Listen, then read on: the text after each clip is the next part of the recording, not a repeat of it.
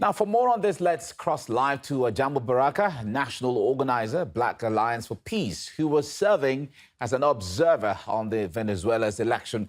I'm glad to have you join me right now, Ajamu. Now, Maduro has announced he will make the vote tally public. Now, what are your expectations from this?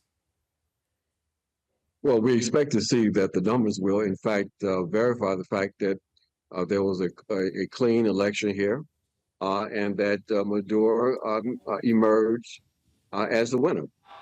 It's very difficult to implement fraud in this system.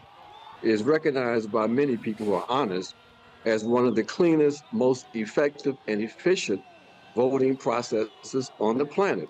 So if there's any possibility of fraud, once those numbers are released, it should be quite obvious. But we believe that once those numbers are released, and it's quite clear they have not been released yet because of the cyber attack, it should be quite obvious to everyone that once again, we've had a democratic process in this country in which the will of the people was expressed with their support for Nicolas Maduro. Now, if they prove his victory was legitimate, do you expect the opposition to call a halt to all of the protests so far? Of course not. No, the playbook has been set that basically either they were going to win or they were going to cry fraud, and they were going to use this opportunity to further destabilize the country.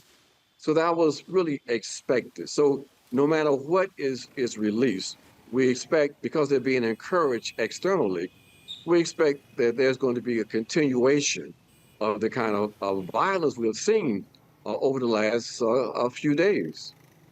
All right.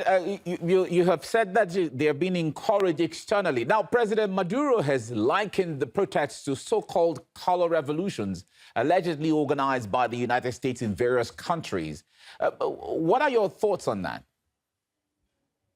Well, look, I think everybody who follows international politics, we all know that the culprit that is responsible for undermining democratic processes, violating the sovereignty of nations around the world is, in fact, the United States of America. They have perfected the process of coups and interference politically in the internal affairs of nations across the planet. So that is quite obvious for anyone who is honest and who can see.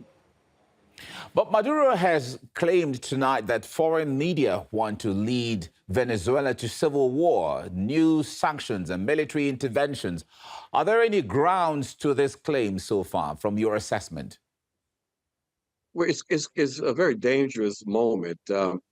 We suspect that is the plan, but we also are picking up a vibe, if you will, that even the opposition, they don't have the appetite for the kind of violence that we saw just a few years ago here in Venezuela.